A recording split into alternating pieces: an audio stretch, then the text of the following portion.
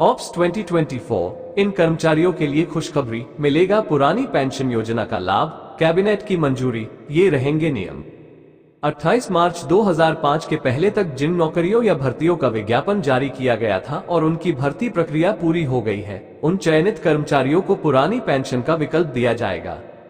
जानिए क्या अंतर है ऑप्स और एनपीएस में। ऑप्स में सरकारी कर्मचारी के रिटायर होने के बाद आखिरी मूल वेतन और महंगाई भत्ते की आधी रकम बतौर पेंशन ताउम्र सरकार के राजकोष से दी जाती है। एनपीएस के तहत सरकारी कर्मचारी को अपनी पेंशन में मूल वेतन का 10% देना होता है और इसमें राज्य सरकार केवल 14% का ही योगदान देती है।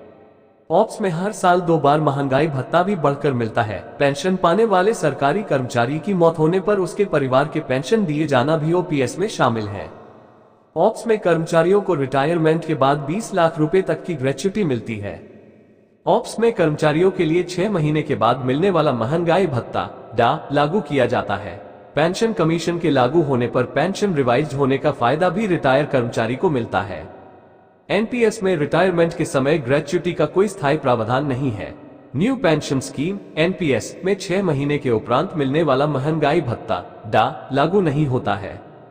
एनपीएस के तहत सेवानिवृत्ति पर पेंशन पाने के लिए एनपीएस फंड का 40% निवेश करना होता है। सेवानिवृत्ति के बाद निश्चित पेंशन की गारंटी नहीं होती।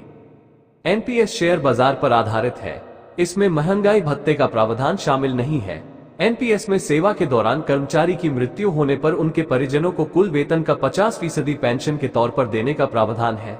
ऑप्स के विपरीत नई पेंशन स्कीम में रिटायरमेंट पर शेयर बाजार के अनुसार जो भी पैसा मिलेगा आपको उस पर टैक्स देना होता है।